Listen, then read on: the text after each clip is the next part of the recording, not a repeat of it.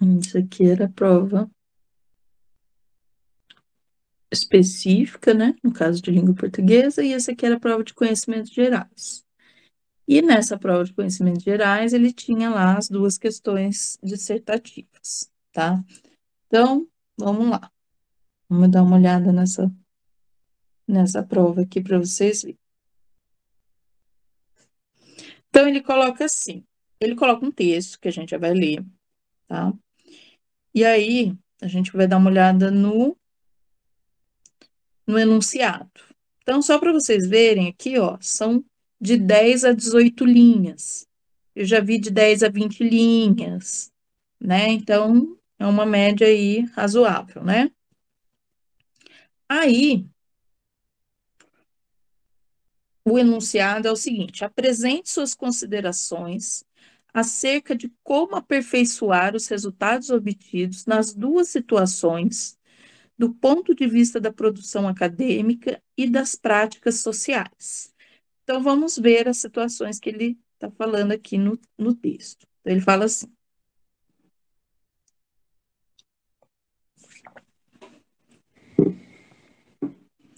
em uma escola pública de ensino fundamental, 12 docentes participam de um evento de estudo que tem como foco central investigar como o trabalho docente em sala de aula pode conseguir a participação efetiva dos alunos, como atores de sua aprendizagem e seu desempenho escolar.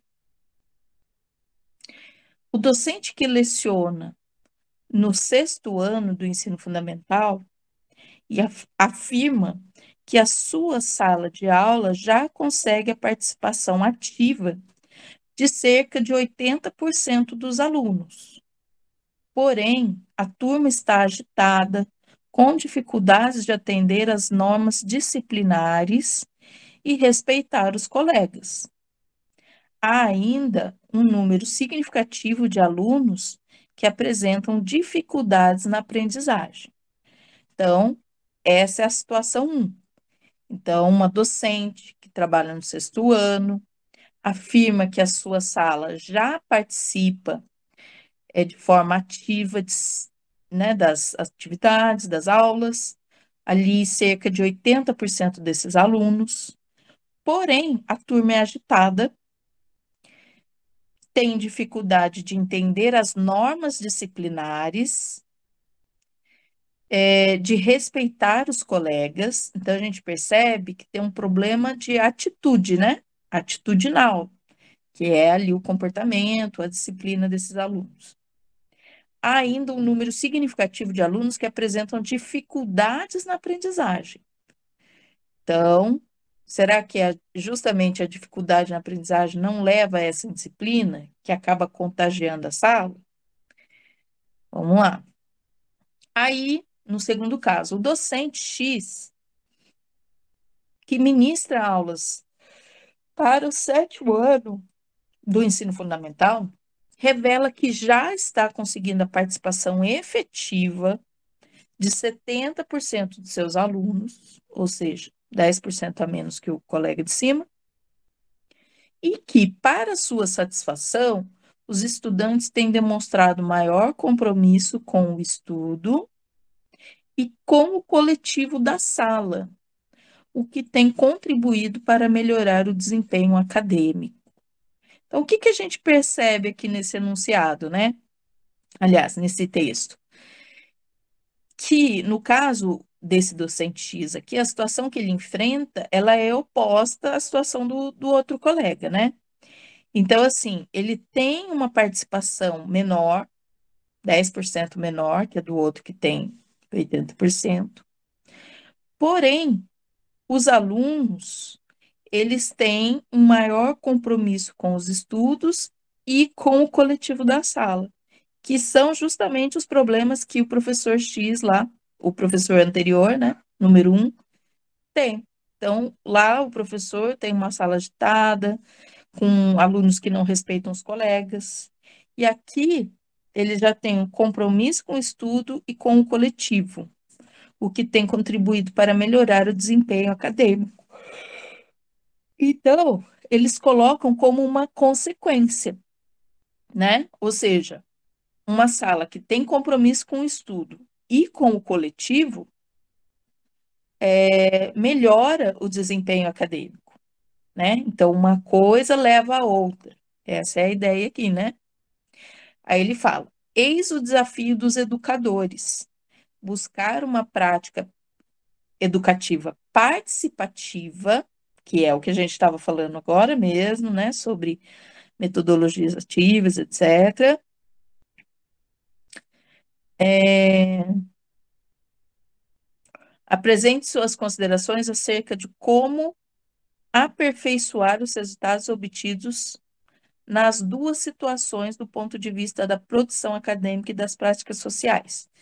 Então, como eu estava dizendo, então esse professor X aqui, o segundo, ele a gente percebe que, embora um pouco menos da sala esteja participativa, os 70% que participam demonstram compromisso e atitudes positivas com o coletivo.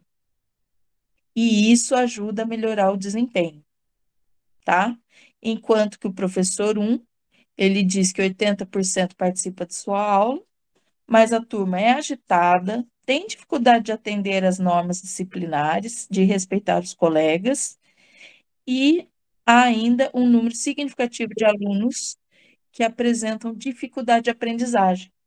E aí, eu até falei para vocês, será que essa dificuldade de aprendizagem não está levando a uma maior indisciplina, mais uma maior agitação dessa sala, né? Participar da atividade quer dizer participar e proporcionar uma atividade produtiva, já que é uma sala bastante agitada, que tem problema com respeito com o outro, né? Então, quando a gente está lendo o texto que eles propõem para a gente, o ideal é, claro, a gente grifar aquilo que é importante, para a gente entender qual é a lógica que está sendo estabelecida ali, né? Então, ele começa a introdução do texto, ele fala de 12 docentes que participam de um grupo de estudo que tem como foco central investigar como o trabalho docente em sala de aula pode conseguir a participação efetiva dos alunos como autores de sua aprendizagem e de seu desempenho escolar. Então, quer dizer, existe aqui uma necessidade, né, de uma maior, talvez uma maior intervenção, no caso ali do docente número na construção dessas questões socioemocionais, né, de relacionamento com o outro, né, de responsabilidade ali sobre o seu próprio aprendizado, né, de autonomia. E no caso do sétimo ano, a gente pode pensar o quê? O que que pode, o que que pode melhorar aqui, né? Então, 70% de seus alunos têm demonstrado maior compromisso com o estudo e com o coletivo, o que contribui para melhorar o desempenho. Então, talvez ela precise estimular mais a participação desses alunos, né? Já que eles têm um bom comportamento coletivo ali na sala, né? Tem uma participação alta dos alunos e demonstram um maior compromisso. Então, a gente percebe que eles já estão ali abertos a essa aprendizagem. Então, talvez propor, né, atividades que chamem para ação esses alunos que estão ali nos 30% que não estão ainda se envolvendo como a professora gostaria. Então, vamos pensar no enunciado. Eis o desafio dos educadores, buscar, aí você tem que grifar, né? Buscar uma prática educativa, participativa e dialógica em turmas heterogêneas, assegurando também bons resultados acadêmicos. Então, ele fala aqui, ó, cabe o desafio, né, dos professores é buscar prática educativa participativa. Então, aqui a gente pensa lá nas metodologias ativas, por exemplo, né, participativa e dialógica. Dialogia, né, no caso, é em que há uma relação, como eu posso dizer? Nesse contexto aqui, a gente pode entender da seguinte forma: o aluno ele pode contribuir ali com o seu conhecimento para a construção desse conhecimento. Ele não vai só receber a informação, ele vai trazer também aquilo que ele tem. E na soma daquilo que ele tem com aquilo que o professor vai mediando para ele ir alcançando níveis mais altos, é que ele vai construindo a sua aprendizagem, né? Então, o desafio é buscar uma prática educativa participativa, e dialógica em turmas heterogêneas, e dois, assegurando bons resultados acadêmicos. Então, aqui a gente tem, de um lado, o envolvimento dos alunos, então eles têm que participar, mas eles têm que entregar resultado.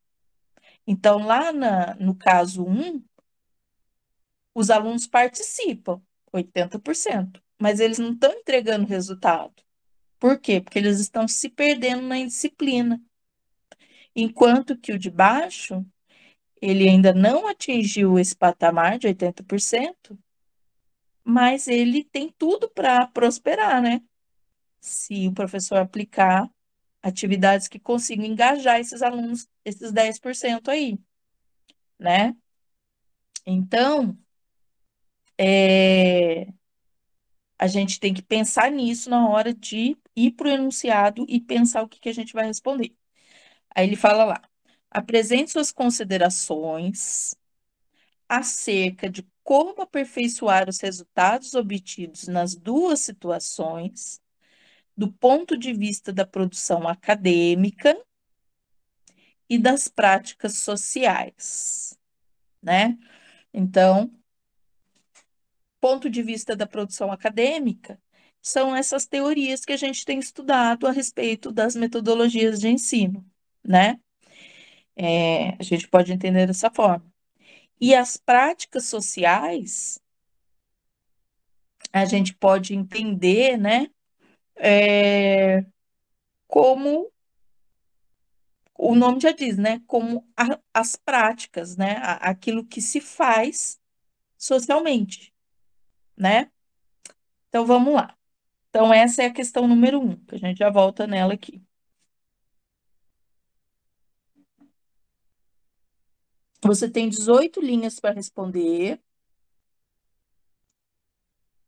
Tem um rascunho e depois tem que passar limpo, né? No rascunho não vale. E na questão 2, ele fala assim: em uma escola de ensino fundamental, dois grupos de professores apresentam posicionamentos diferentes na execução de seus projetos de trabalho.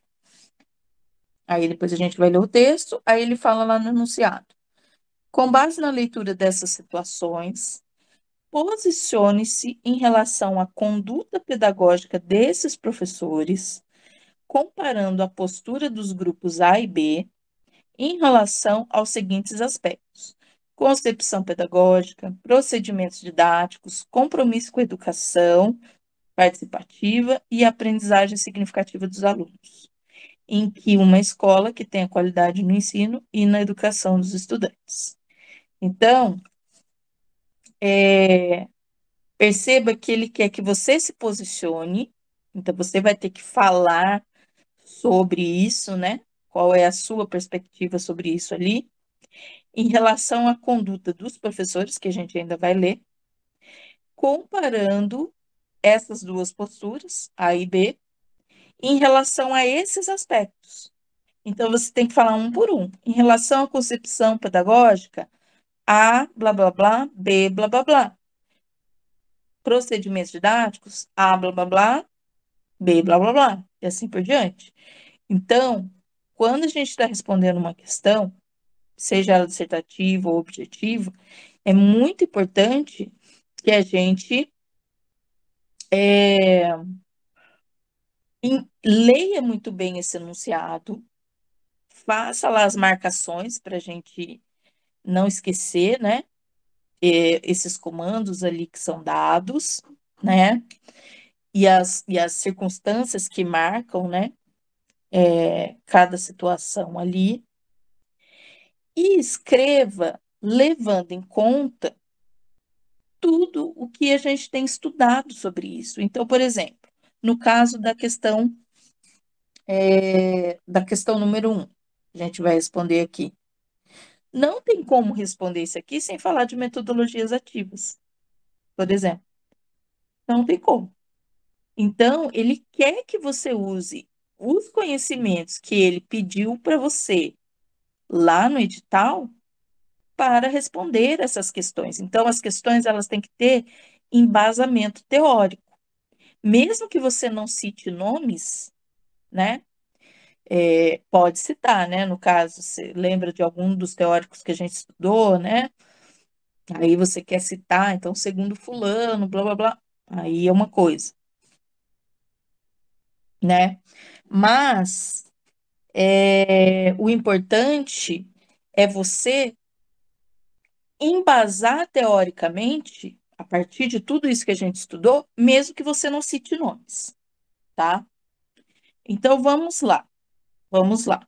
Vocês estão convidados, né, a falarem, se desejar aqui, né, o que vocês sugerem aí como resposta, tá? Então, eu vou só recapitular aqui. Vamos primeiro pensar a questão 1. Em uma escola pública de ensino fundamental, 12 docentes participam de um grupo de estudos que tem como foco central investigar como o trabalho docente em sala de aula pode conseguir a participação efetiva dos alunos. Então, perceba, eles estão participando de um grupo de estudos que relaciona a atuação do trabalho docente com a participação efetiva dos alunos. Então, é sobre isso que você tem que falar, né?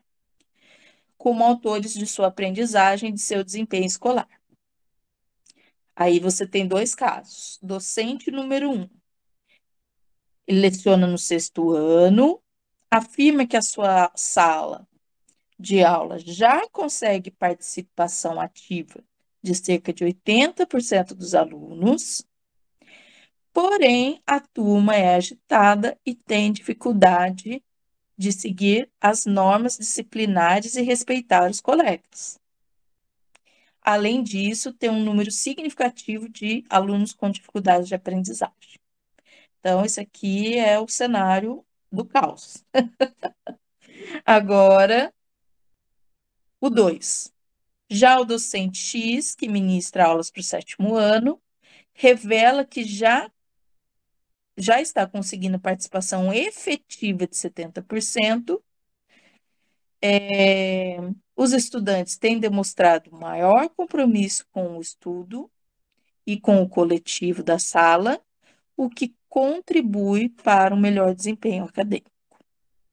Então, a gente percebe claramente que existe aqui um problema entre esses dois grupos, que é o seguinte: então, o número 1 tem problemas atitudinais, né? Tem problemas disciplinares, tem problemas com normas, em respeitar as normas, né? E tem dificuldade de aprendizagem, o que pode ser justamente uma consequência desse ambiente que não favorece o aprendizado, já que é meio caótico ali, né? E no caso do docente X, do número 2, falta o quê?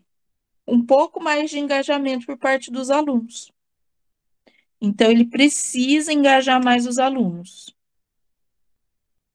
Estou anotando aqui para não esquecer. Certo? Então, apresente as suas considerações acerca de como aperfeiçoar. Então, você vai sugerir, né? O que que esse professor pode fazer para aperfeiçoar esses resultados, obtidos nas duas situações do ponto de vista das produções acadêmicas, então usando embasamento teórico, né, e da prática, né? Alguém quer falar alguma coisa? Quer sugerir alguma coisa? Se quiser, fica à vontade.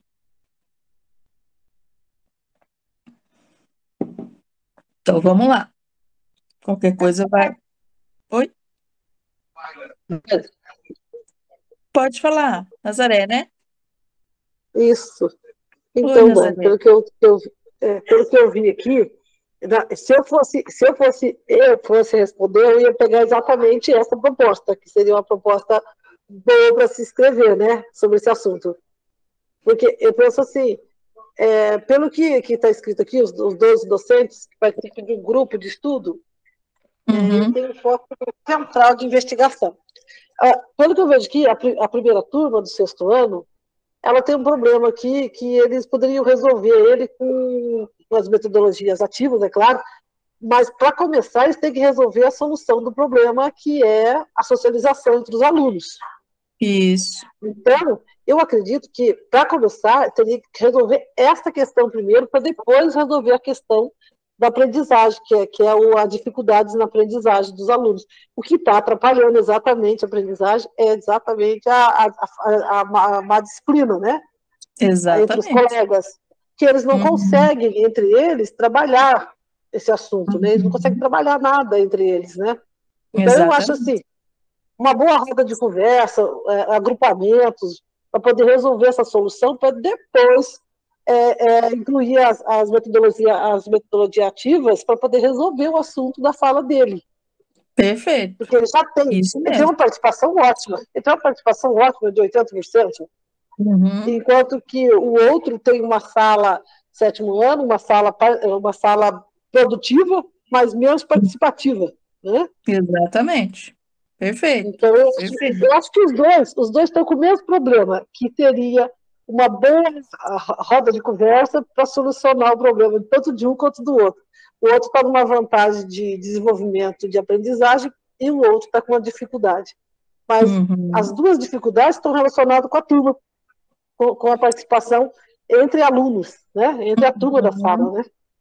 né? No segundo caso, a gente pode pensar exatamente isso, da participação, né? Eles são bons alunos, no caso, mas eles não estão se envolvendo, por isso que é um índice de Exatamente. 70%, né?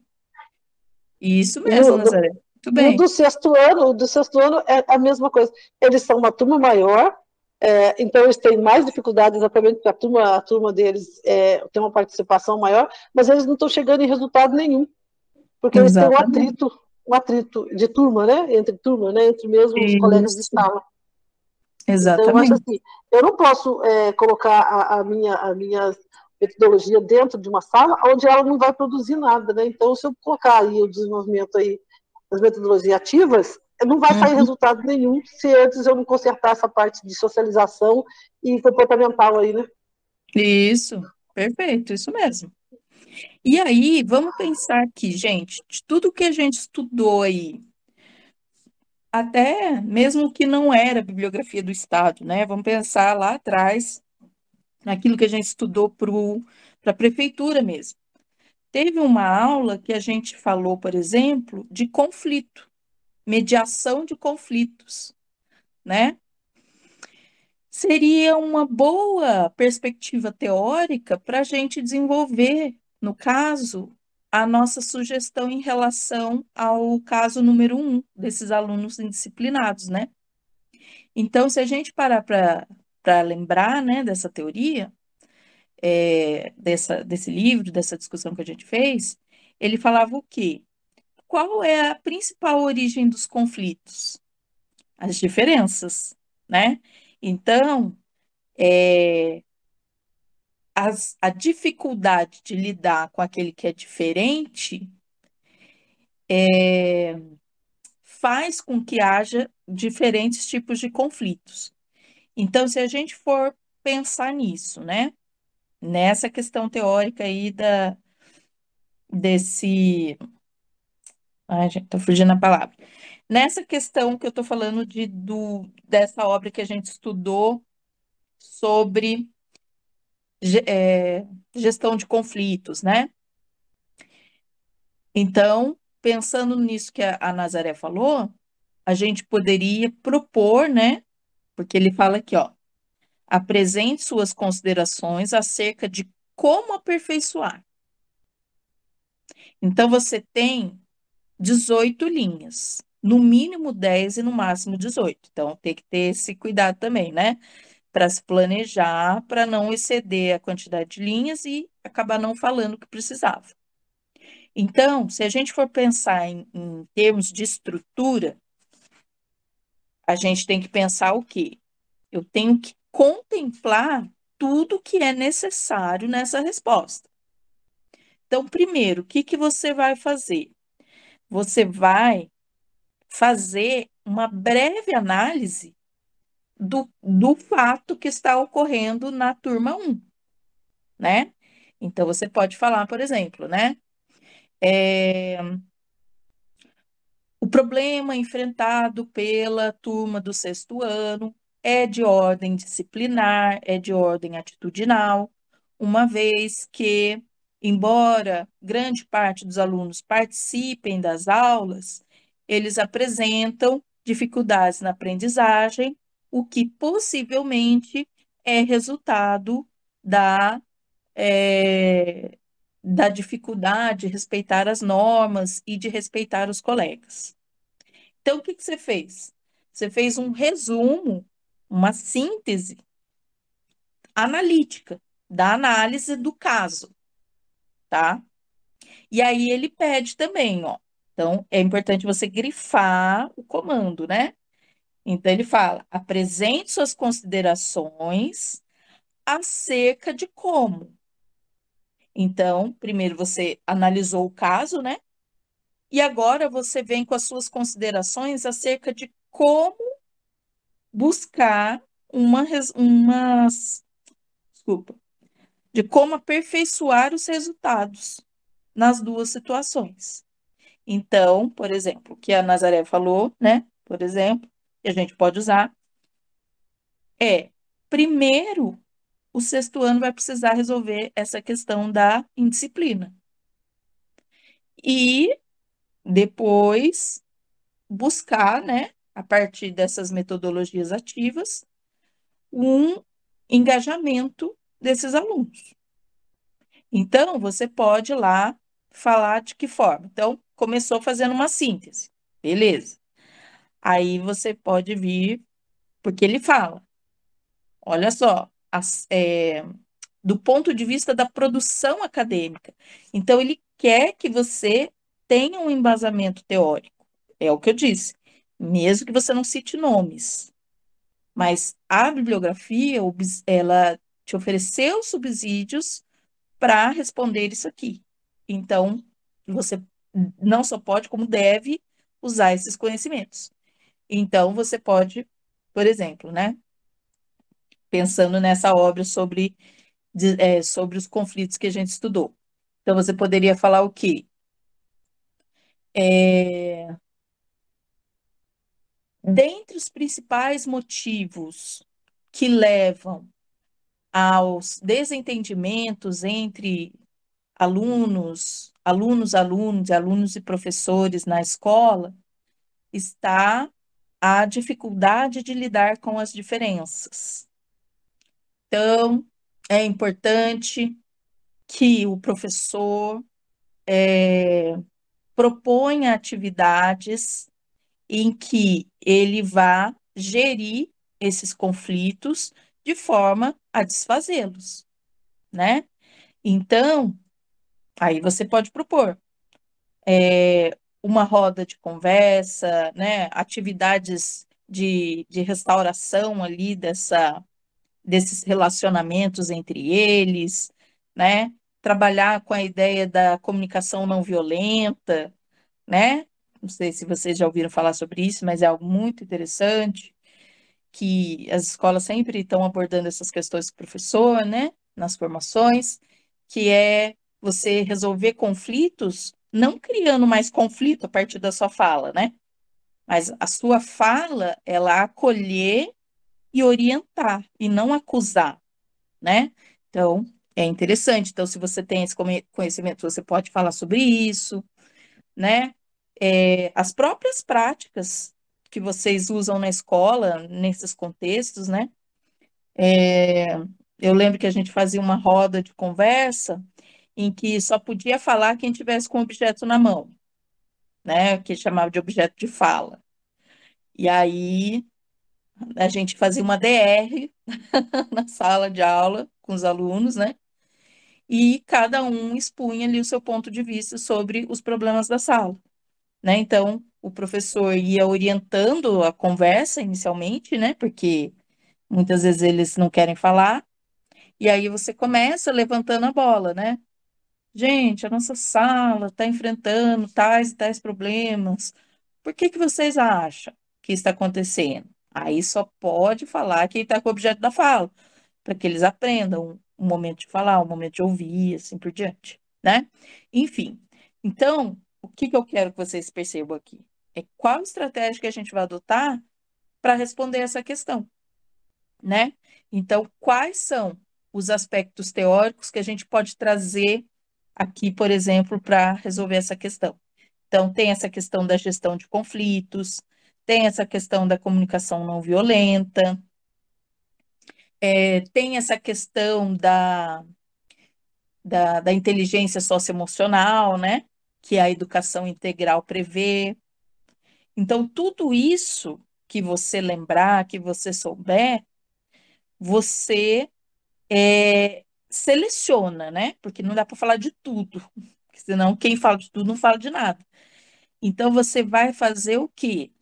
No seu rascunho, lá no cantinho dele, você vai elencar o que é mais importante e quais as teorias, quais as práticas, né, que você conhece que poderiam ser usadas ali para responder aquela questão. E aí você faz o recorte para que você tenha ali dentro, consiga falar aquilo que você quer dentro das 18 linhas. Lembrando que as 18 linhas é para responder os dois casos. Então, a gente não pode se empolgar com um e esquecer do outro, né? Aí, no caso do docente X, que é o segundo caso, lá do sétimo ano, aqui a gente vai trabalhar com a ideia, né? Como a Maria José estava falando, a Nazaré, desculpa, estava falando, das, da, de estratégias para engajar mais esses alunos, fazer com que eles se interessem mais. Então, eles já têm um fator positivo, que é um bom relacionamento entre eles. Mas talvez esteja faltando interesse, talvez esteja faltando esse desejo de se envolver. Então, buscar alternativas, né, por meio dessas metodologias ativas, por exemplo, gamificação, né?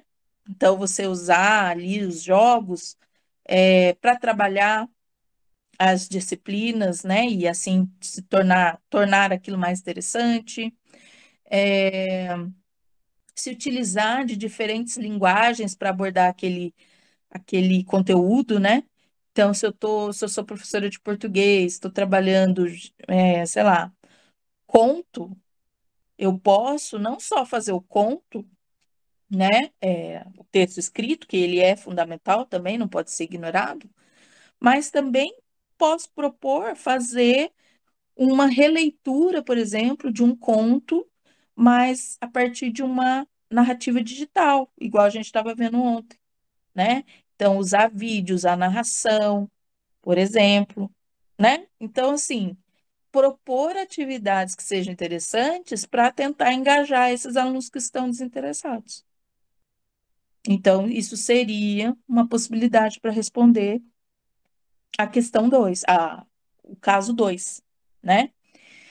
E aí, gente, o segredo aqui é, primeiro, você identificar, né, o que essa questão quer, E aí, na prática mesmo ali do texto escrito, o que que você teria que fazer aqui? Uma síntese breve, porque você só tem 18 linhas, e vamos pensar como se fosse 9 para cada caso, né? Então, uma síntese breve do que está acontecendo na sala, né? Ou seja, você resumiu o problema ali, então, como a gente fez aqui inicialmente, e depois considerações a respeito de como resolver esse problema, usando tanto a questão prática quanto a questão teórica para responder, para embasar. E aí, quando você está lendo, vai vir as ideias, metodologias ativas, gamificação, né, que faz parte das metodologias ativas, seria uma boa ideia aqui, fazer uma roda de conversa, né, sei lá, uma cultura de paz, trabalhar com comunicação não violenta, enfim. Não coloca tudo, vai colocando lá no cantinho o que que é interessante, aí você vai lá e faz o seu recorte. Vou falar disso e disso. Aí você escreve a sua resposta, sendo sempre claro e objetivo, sem encher linguiça, tá bom? Claro e objetivo. Tudo bem? Alguém quer falar alguma coisa sobre essa questão? Então, eu vou subir aqui. Dani, Fale. na hora de responder a questão, eu posso falar dos dois assuntos juntos, de uma vez só, e concluir depois? Pode-se falar dos dois casos, usando. Por exemplo, nós temos dois casos, né, da primeira questão, mas eu posso Uhum. falar dos dois, envolver os dois na escrita, e não precisar falar de um separado do outro? Você pode, desde que isso Hum. fique bem organizado, né? Ah, sim. Então, por exemplo, você poderia falar, é, enquanto no sexto ano há um problema de indisciplina, no sétimo ano há uma falta de engajamento por parte dos alunos. Então, você está Ah, falando sim. dos dois juntos, mas você está deixando Exato. claro que um é um e o outro é outro. E também tem que, por exemplo, vamos supor que a gente fala sobre alguma metodologia ou alguma fala assim, de algum teórico, aí Sim. eu tenho que colocar o nome dele lá na tela. Então, você só Ah, vai citar nome se você lembrar. Senão, certo. Não mais precisa. vale você usar a ideia Hum. do que arriscar um nome. Tá certo. É isso que eu estava aqui, porque às vezes a gente lembra do É, conteúdo falado, mas não vai lembrar exatamente. exatamente qual momento ali que foi, né? Isso. Não Tá precisa, o jóia, importante é a ideia, tá jóia.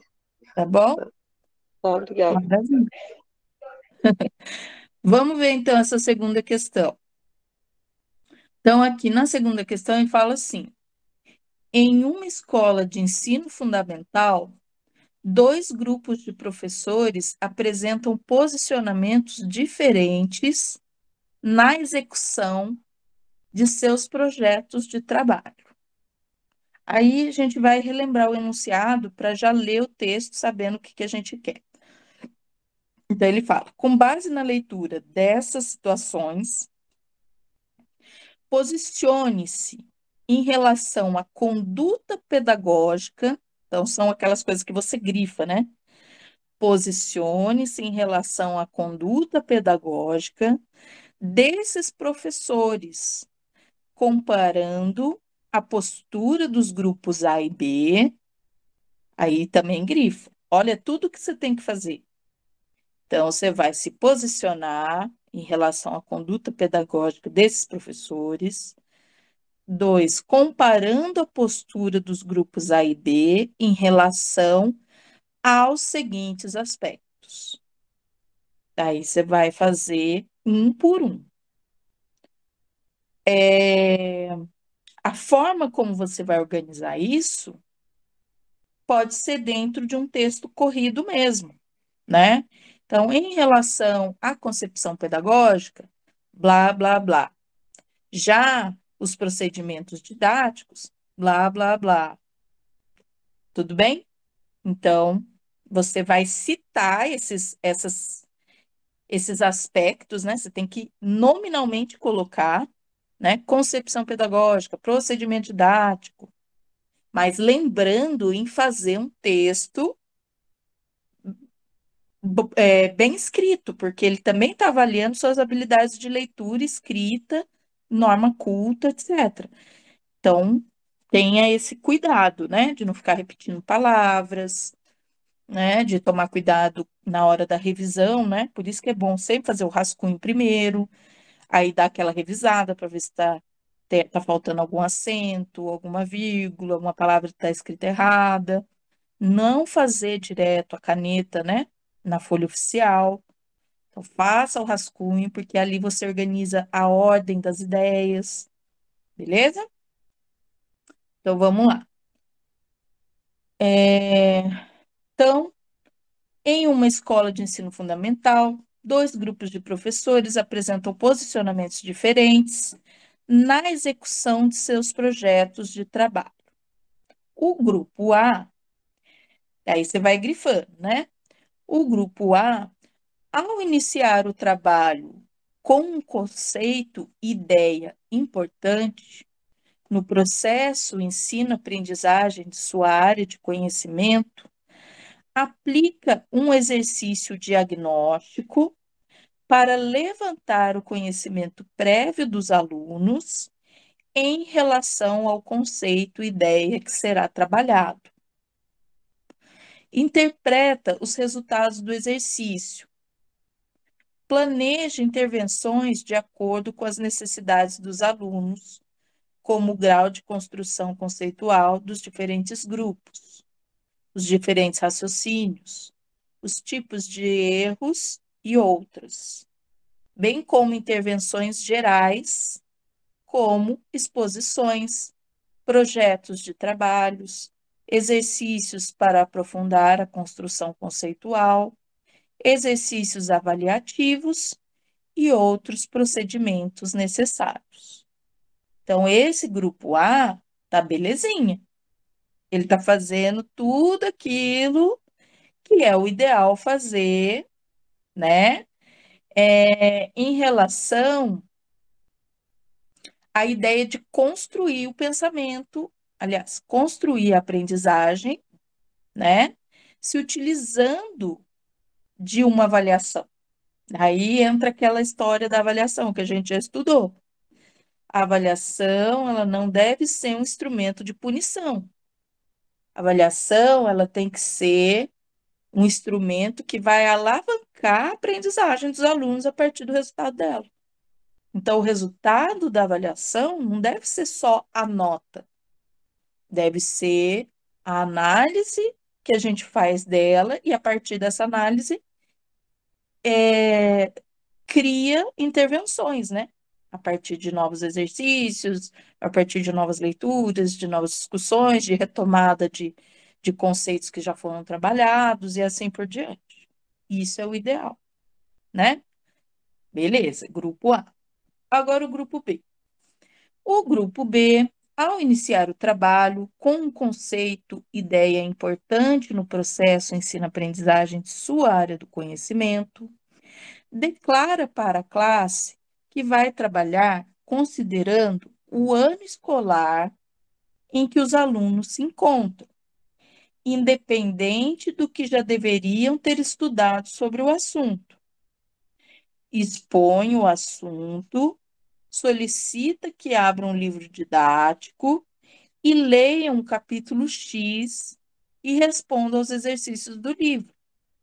Informa que dará uma prova sobre o tema. Após a correção da prova, não volta a trabalhar os conceitos, ideias, porque já está ensinando outros conteúdos e não pode voltar para novas intervenções. Aí aqui você já sabe que é o professor que está fazendo tudo errado, mas é o que muitas vezes Nossa, a gente faz, porque não dá tempo, não, nossa, ministro, parece tradicional demais. né? Gente, isso aqui é muito interessante, porque assim, a gente sabe o que é certo fazer, mas dependendo da escola que você trabalha, de verdade. Não dá tempo. Porque, assim, eu já trabalhei numa escola que os caras davam prova semana sim, semana não. Se você fosse fazer isso aqui, simplesmente você não ia ter conteúdo para dar aula, não ia ter conteúdo para a próxima prova. Não é, menina? Então, assim, quem que tá errado aí no caso? A escola, né? Porque, na verdade, a escola virou uma máquina de fazer prova e não um lugar para aprender os conteúdos, né? Esse caso dessa escola que eu estou mencionando, né? Então, assim, às vezes você ia dar uma prova e, tipo assim, como era uma semana sim, uma semana não, não é? Você não deu tempo de passar conteúdo novo. Aí fica aquela prova que toda hora você está cobrando uma coisa. Então, assim, que tempo que você vai ter? Primeiro, de corrigir, né? Porque é uma semana sim, uma semana não. Quantos alunos você tem? Quantas provas? Quando você termina de corrigir e entrega, já está aplicando a outra prova. E depois, quando acaba, já tem recuperação. Então, assim, é uma loucura. E quem está errado no caso é o planejamento da escola. Porque não tem que ser assim, né? Isso está errado. Mas, infelizmente, é assim que funciona em muitas escolas. Então, às vezes, a gente quer fazer o certo, mas não é a realidade nua e crua. É isso mesmo. Então, vamos lá. Aí, aí ele fala: com base na leitura dessas situações, posicione-se em relação à conduta pedagógica desses professores, comparando a postura dos grupos A e B em relação aos seguintes aspectos: concepção pedagógica, procedimentos didáticos, compromisso com a educação participativa, aprendizagem significativa dos alunos em uma escola que tenha qualidade no ensino e na educação de seus estudantes. Então, aqui a gente vai ter que ser assim, sintético, porque a gente tem 18 linhas. Não dá para falar detalhadamente de tudo, mas você tem que falar de tudo. Então, você tem que tomar cuidado com a quantidade de linhas, tá bom? Por isso que eu falo, seja objetivo, porque senão você não tem espaço para escrever, né? Então, vamos lá. É, Então, vamos pensar aqui uma coisa de cada vez. Então, concepção pedagógica. Então, a gente vai se posicionar, né, em relação à conduta desses professores, comparando. Tem que comparar a postura deles em relação a cada aspecto. Ou seja, em cada aspecto a gente vai falar dos dois professores, tá certo? Então, por exemplo, qual é a concepção pedagógica do professor do grupo A? Então, o que seria aqui a concepção pedagógica, né? É aquilo que ele acredita que é a educação, primeiramente, e a finalidade desses instrumentos que ele tem ali à mão para trabalhar. Então, vamos tomar lá, ele fala: ao iniciar o trabalho com um conceito e ideia importante no processo de ensino-aprendizagem de sua área de conhecimento, aplique exercício diagnóstico. Então, o que é isso aqui? Ele está levando em consideração os conhecimentos prévios, ou seja, ele entende que o aluno ele não é um papel em branco. E ele tem conhecimentos a respeito de diferentes assuntos, mesmo que ainda sejam conhecimentos básicos, que sejam conhecimentos com origem ali no senso comum, né? Então, ele faz primeiro um diagnóstico da turma. O que que essa galera que sabe sobre esse assunto? Por quê? Daí ele segue. Então, exercício diagnóstico para levantar conhecimento prévio em relação ao conceito, ideia que será trabalhado. Beleza. Depois, ele pega esse resultado, interpreta, né? Interpreta os resultados do exercício. Planeja a intervenção de acordo com as necessidades. Então, vamos lá. Então, ele levantou o conhecimento prévio. A partir desse conhecimento prévio, ele analisou o que eles sabem, o que não sabem, o que eles sabem e o que ele precisa intervir para que esses alunos saiam do conhecimento comum, né? Até a gente estava falando disso ontem, né? Daquele nível básico ali, né? Tipo assim, do senso comum, estava fugindo a palavra. O que os alunos estão reproduzindo ali que seria parte aí, por exemplo, do senso comum, e realizar intervenções para que eles saiam desse senso comum e, por meio da ciência, né, caminhe para aquilo que eu pretendo que eles aprendam, né? Então, beleza. Então, vamos lá. De novo. Aplica um exercício diagnóstico, levantando o conhecimento prévio dos alunos, interpreta os resultados desse exercício, planeja intervenções de acordo com as necessidades, que é isso que eu estava falando agora, né? Então, a partir do resultado dessa avaliação que ele fez, ele vai intervir para que eles saiam do senso comum e atinjam, por meio desse conhecimento científico aí, o conhecimento que o professor quer que eles atinjam. Depois, como o grau de construção conceitual dos diferentes grupos, diferentes raciocínios, os tipos de erros e outras, bem como intervenções gerais, como exposições, projetos de trabalhos, exercícios para aprofundar a construção conceitual, exercícios avaliativos e outros procedimentos necessários. Então, gente, olha só, essa parte aqui, vou repetir. Planeje intervenções de acordo com as necessidades dos alunos, como o grau de construção conceitual dos diferentes grupos, os diferentes raciocínios, os tipos de erros e outros. Isso daqui, o que ele está fazendo? Lembra que a gente falou de personalização do ensino? Então, a personalização é você olhar para o aluno individualmente.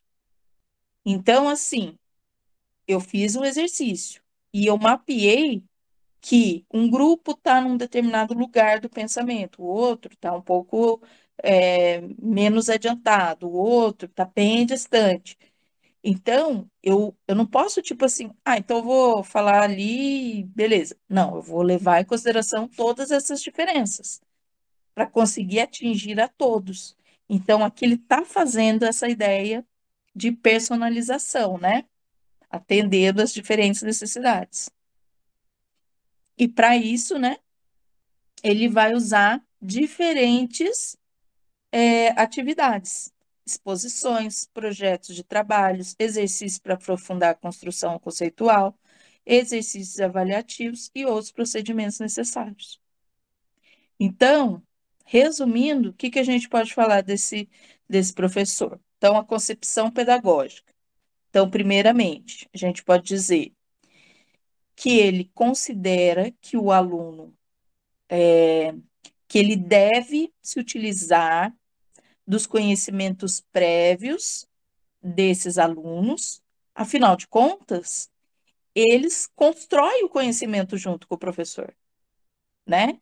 Então, nessa concepção que ele tem de ensino, né, desse processo de ensino-aprendizagem, essa concepção pedagógica, né, o aluno, ele é protagonista na construção do seu conhecimento e ele, professor, é mediador.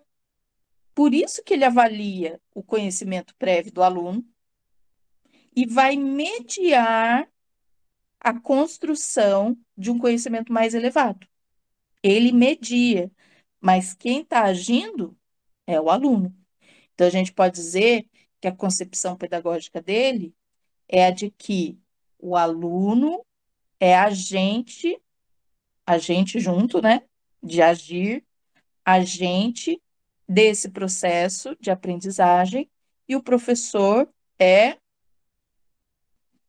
esqueci a palavra, o professor é mediador, beleza? Então, a gente pode pensar nisso.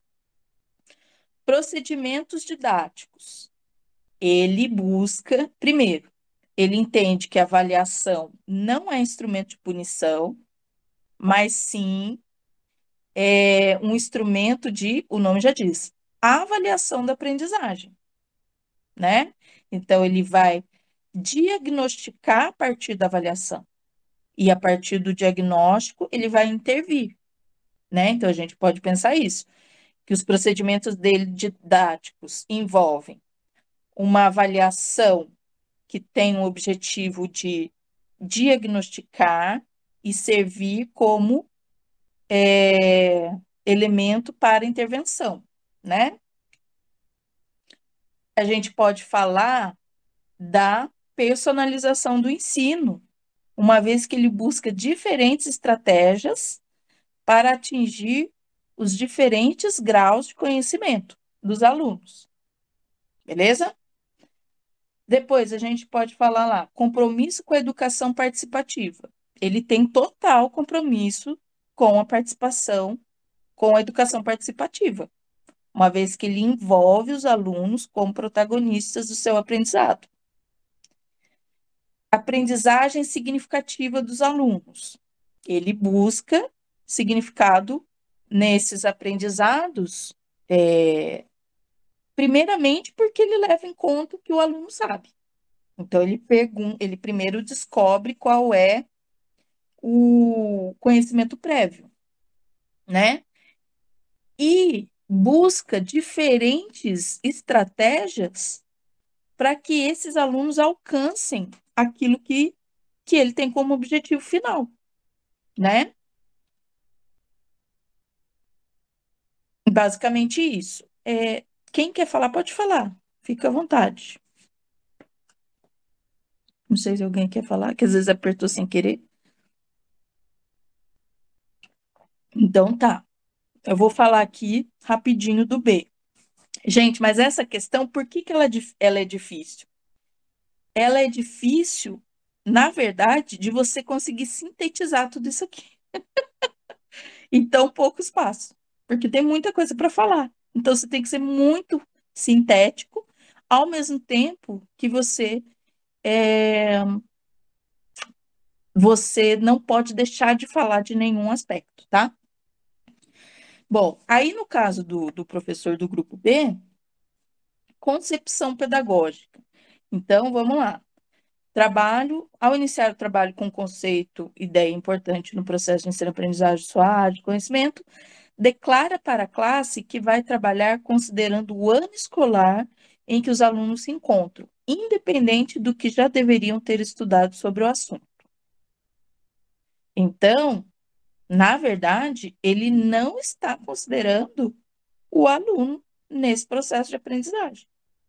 Então, ele acredita, ele tem ali a concepção pedagógica dele é, é de que o aluno ele vai receber passivamente esse conhecimento, né? Ele vai passar esse conhecimento ali a partir da sua fala, a partir de alguns exercícios, e esse aluno vai captar esse conhecimento. E se não captar, o problema é dele, porque ele está falando ali, né? É, nananã, vai trabalhar considerando o ano escolar e não aquilo que os alunos sabem. Então, ele não leva em consideração os conhecimentos prévios, né? Se é que os alunos têm, que pode ser que não tenham. Aí, então, essa concepção pedagógica dele, né? Não leva, em sua concepção pedagógica, ele não leva em conta o aluno como agente construtor do conhecimento. Ele tem até uma postura, de certa forma, autoritária, né? Porque ele não está se importando se o aluno vai conseguir acompanhar ou não aquilo que ele vai ensinar, né? Procedimentos didáticos. A gente pode dizer que é parte de um ensino tradicional, que é o quê? Ele fala lá, abre o livro didático, leia o capítulo X, responde os exercícios do livro. Então, ele segue procedimentos tradicionais que não têm eficácia no processo de ensino-aprendizagem. Afinal de contas, né, ele não está envolvendo o aluno nesse processo, tá? Compromisso com a educação participativa? Zero. Não tem nenhum compromisso com a educação participativa. Afinal de contas, ele não coloca o aluno como protagonista disso. E, por fim, aprendizagem significativa tem algum significado? Ele está lançando várias estratégias para que os alunos aprendam, porque se você lança várias estratégias, você consegue alcançar mais alunos, né? No sentido de que eles aprendem diferente um do outro, né? Então, se eu lanço várias estratégias, uma vai ser melhor para um, o outro vai ser melhor para o outro, e assim por diante. E ele não. Ele informa que dará uma prova sobre o tema.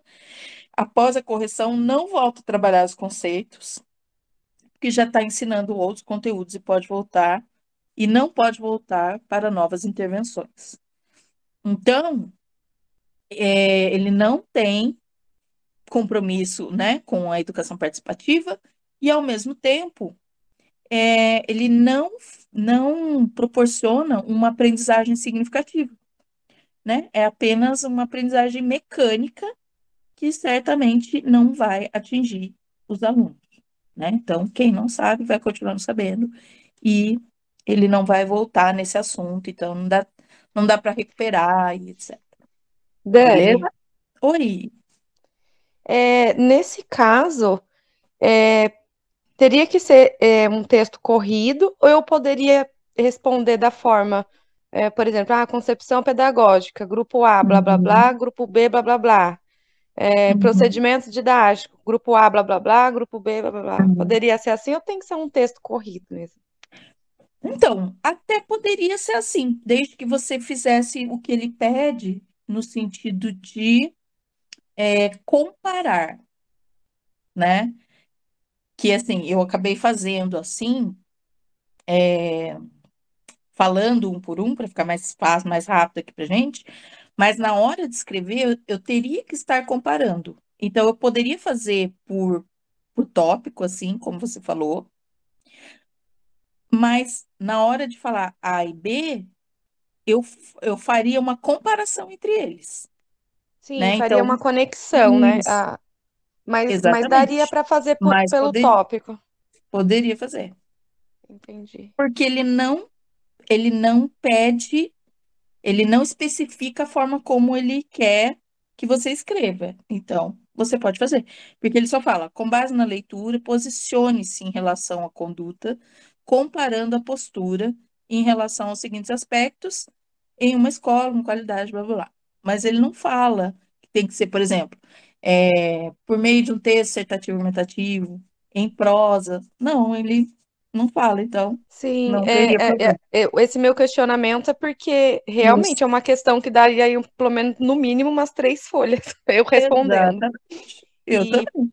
e para ser o mais direto possível, né, bem sucinto, É, para mim, o mais fácil seria por tópicos, né? é. É, Eu fiz esse concurso e eu fiz por fazendo a tópicos. ligação entre eles e eu faria por tópico, porque é muita Eu fiz coisa para se também. falar. Não dá, é muita coisa. Até porque você não está respondendo só essa aqui, né? São duas perguntas em 18 linhas, né? Então, fica difícil.